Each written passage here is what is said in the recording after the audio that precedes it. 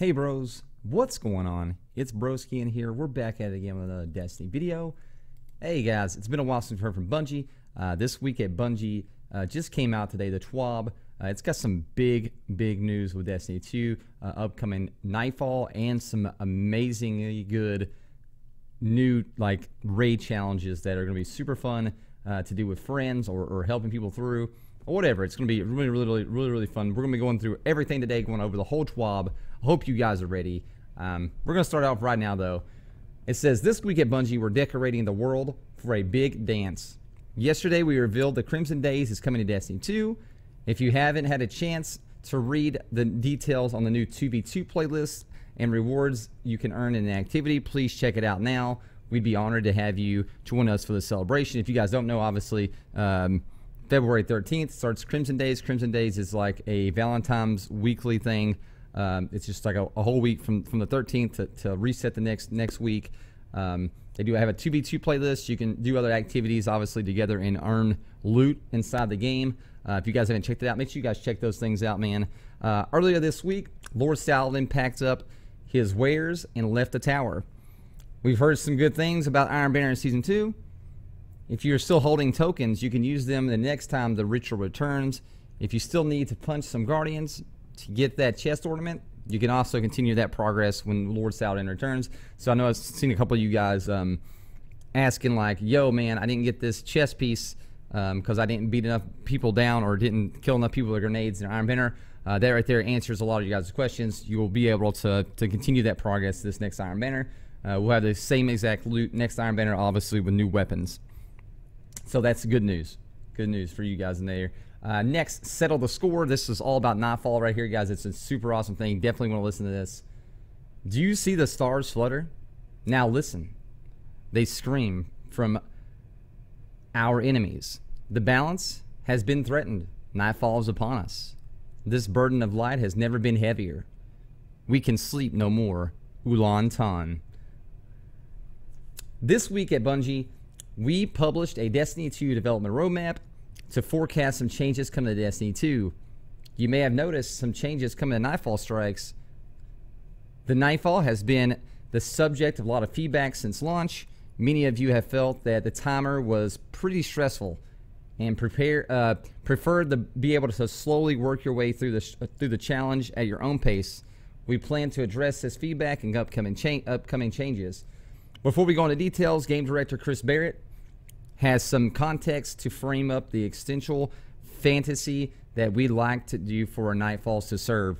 I know a lot of you guys don't like the way the Nightfall is made right now. I don't really like the Nightfall is made right now. You know, you get 15 minutes or so, give or take, obviously, because you can kill enemies or jump through things and stuff like that to advance more time. But at the end of the day, it still makes you feel like you just want to run through the Nightfall instead of having fun like you did in D1, like where you just killed everything and felt like an absolute beast. Obviously, we all know that the Nightfall scores and stuff like that are coming back, which is awesome. Know a lot of you guys are excited for it. Barrett says the Nightfall should be challenging.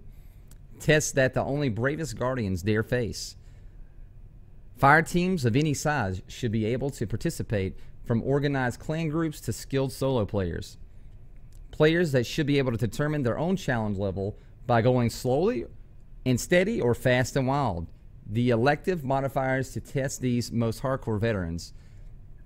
Your final score will separate you from the best of the rest, and the high risk comes high reward. Each terrible villain that players face should have a very rare and powerful unique item theme to them that tumbles from the ground as they collapse into a pile of bones. Conquering Nightfall should be a badge of honor, with the best players able to show off their achievements with a very new dynamic emblem and exclusive auras. That's the vision of where we want Nightfalls to go. You'll be able to see first of this direction in the next patch. We'll be bringing more added over time, guys. So that's good news right there, man. I'm pretty sure that means obviously we've known this before, but they're bringing back Nightfall exclusive loot. Obviously kind of like Strike exclusive loot, but only for the Nightfall. Obviously you have to wait till that Nightfall gets there, and then that right there will show us if, you know, that loot's coming or which one we're going to be doing, and hopefully have some awesome, amazing loot from that. With those goals in mind, we asked designer Joe Fierro and designer team lead Tyson Green to share some facts on how they plan to enhance the Nightfall strikes. Tyson answers, as we're working on a new sandbox improvements, we recognize that there need a venue in which some of these improvements matter more.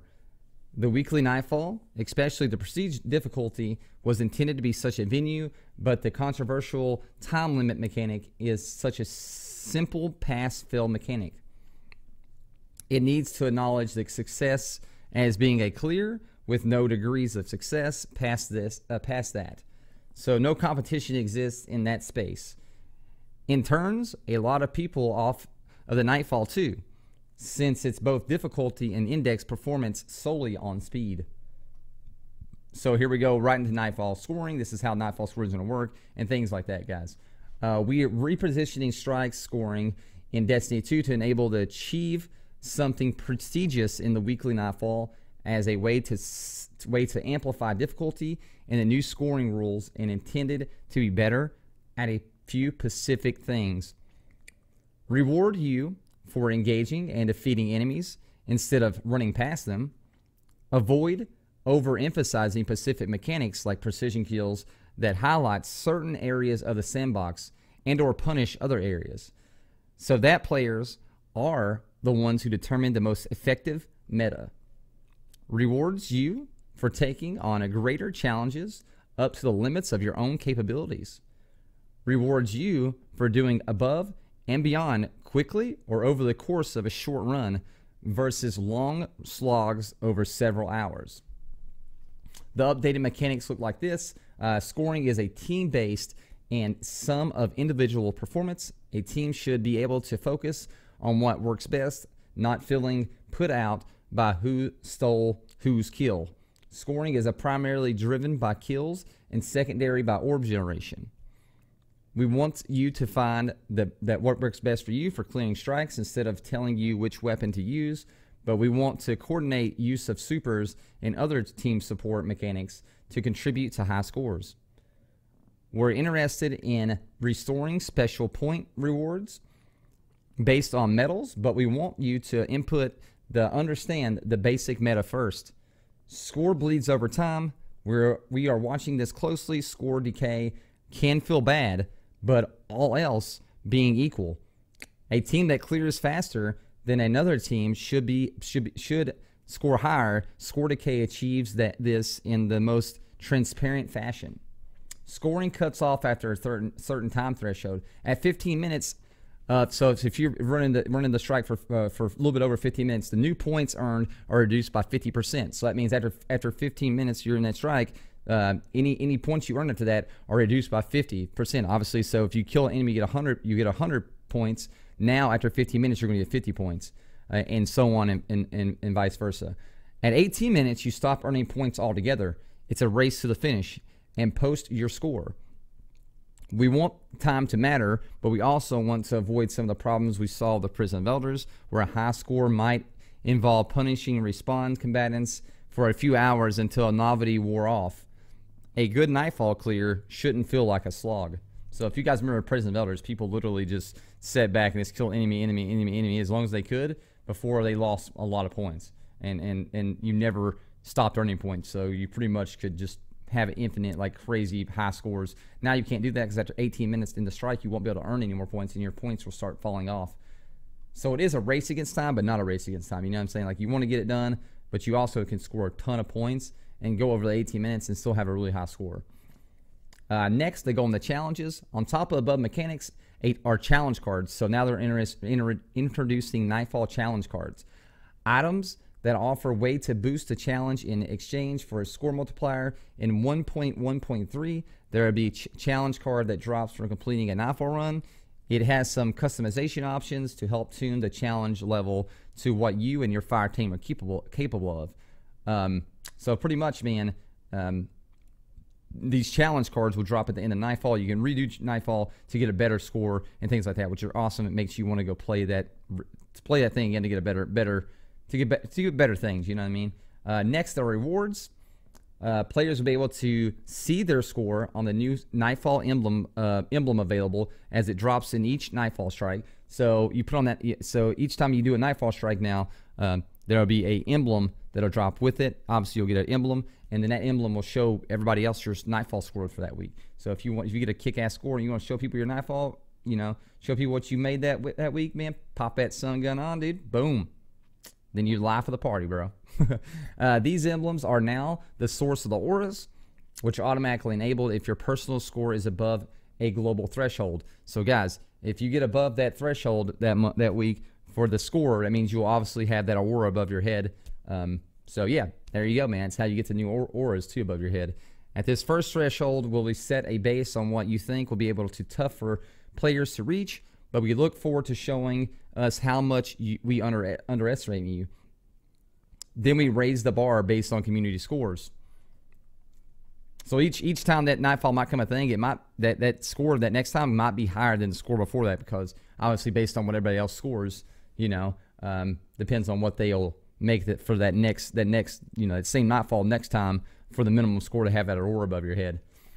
Along with auras, a personal score over the threshold that will also unlock Fire Team wide buff that boosts Vanguard token drops in that strike by 25%.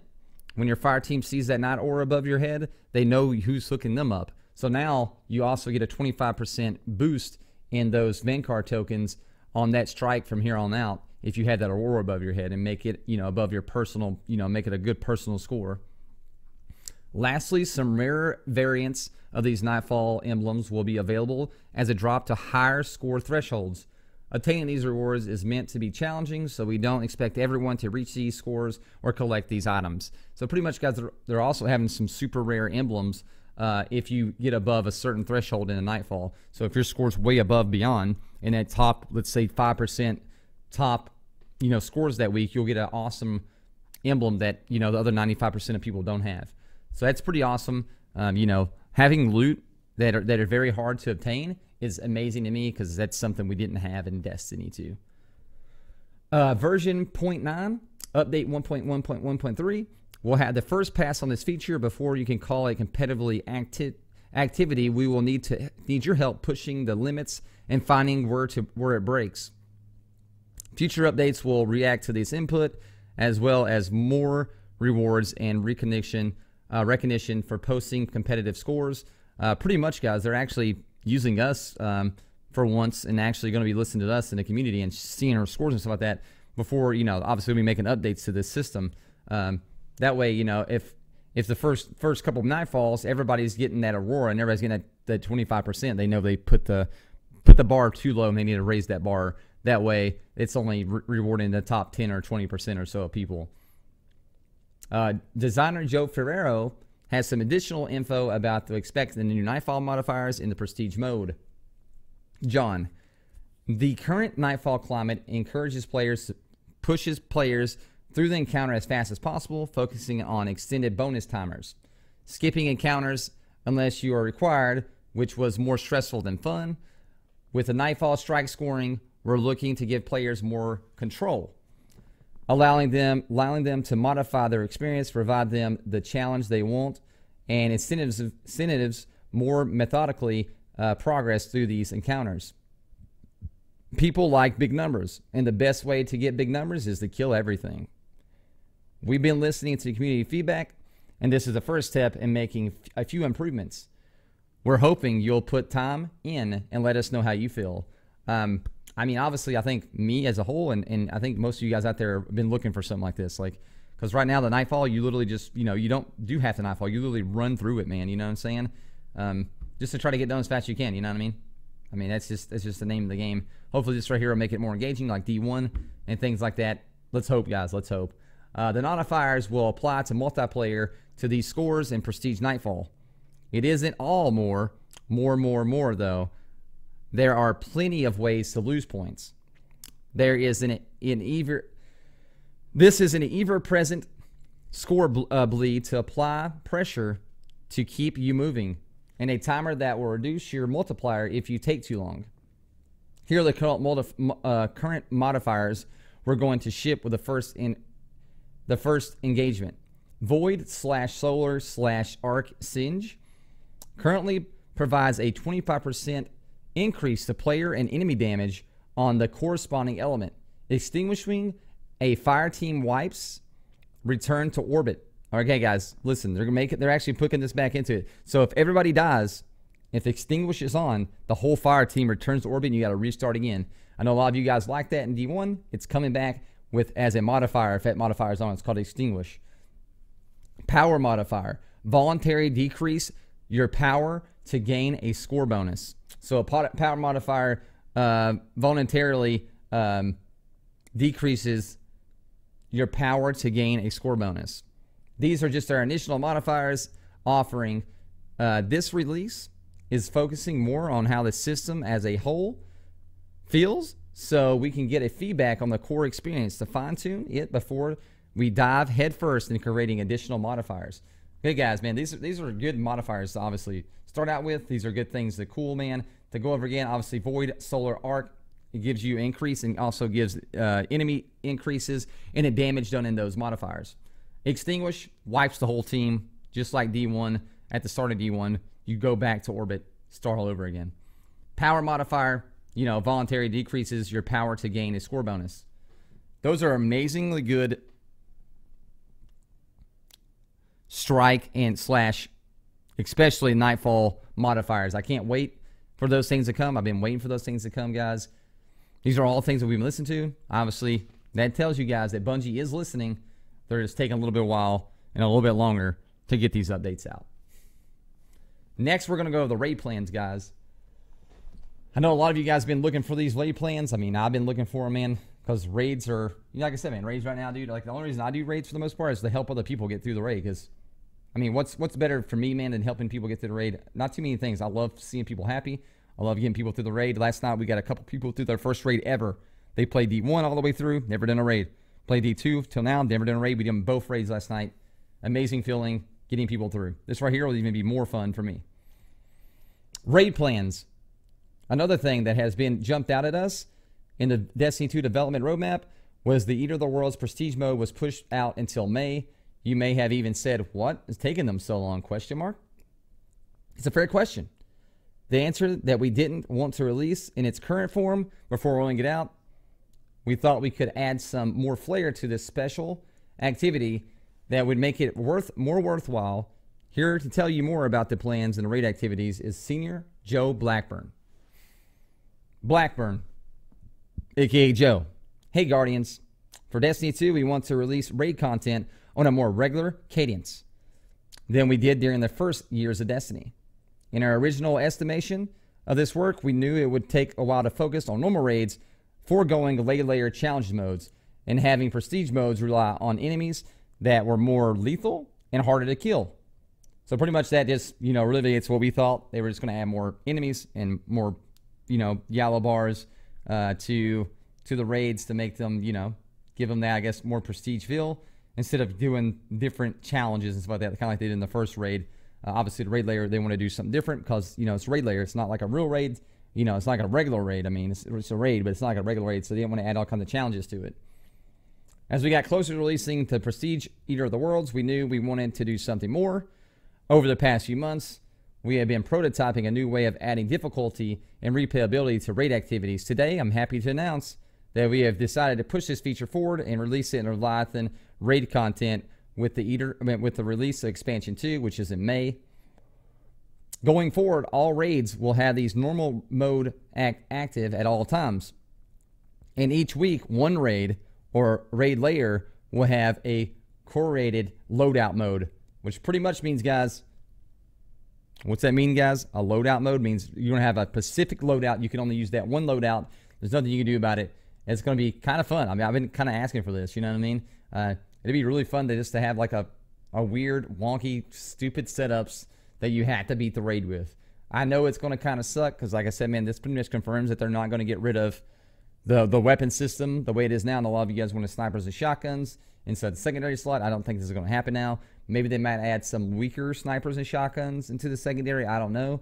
But for right now, it's not going to change right now.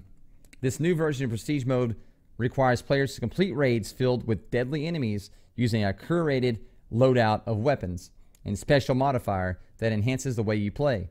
The raid team never likes to let you know exactly what to expect, but here's a look at hypothetically examples.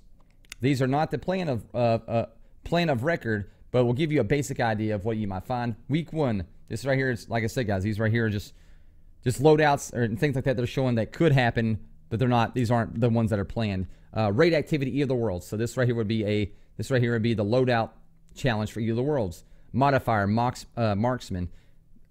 Precision damage is increased. Landing a precision shot grants 1 ammo directly to the magazine. Required loadout. So this right here would be the hypothetically loadout. Kinetic would be a hand cannon. Energy slot would be scout rifle. And power weapon would be a linear fusion rifle. So pretty much, guys, if you guys, like I said, man, if you guys don't have one of each of these weapons, you're not going to be able to do it until you get one of these weapons. So make sure you guys put some of these weapons back into your, if you don't have a linear fusion rifle, get one. Put it in the vault. That way you guys will have it. If one of these challenges will occur, because you don't have to have a linear fusion rifle to do that. Week 2, the expansion raid layer, which is expansion raid layer 2, the new raid coming out, or new layer coming out. Your melee damage is increased and melee kills grant bonus super. Require loadout, sidearm for your kinetic, submachine gun for your energy, shotgun for your power weapon. Week 3, raid activity, Eat of the Worlds. Each kill will get you before each kill you get before reloading or swapping weapons give you increasingly more ability energy. So pretty much will give you, like, beat down, more grenade energy, things like that. Kinetic weapon, auto rifle, energy, risk runner, power, grenade launcher. We'll also note that while the Eat of the World is not getting a more specific encounter challenge at previous prestige changes, in Leviathan will be active when players engage in a new loadout difficulty. The goal for the new prestige mode is simple. Provide a new way for engage with a raid content each week.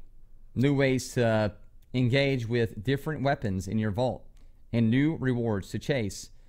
This is currently slotted for the roadmap of May, but this major overhaul could be pushed further out. We'll keep you updated. So obviously, guys, this is supposed to come out in May, but it might be pushed out till June, July. Who knows? Hey, man, I hope you guys really like this. This week at Bungie, man. Some great Nightfall challenges and Nightfall things coming. The raid challenges are going to be amazing. Loadout challenges are something I've been asking for, which would be awesome to have. I hope you guys like this. If you guys like this, make sure you guys drop a like. Make sure you guys sub to the channel. Leave a comment below what you guys think would make it better, or what you guys are excited for with this coming update. Hope you guys have a great day. Peace out, bros.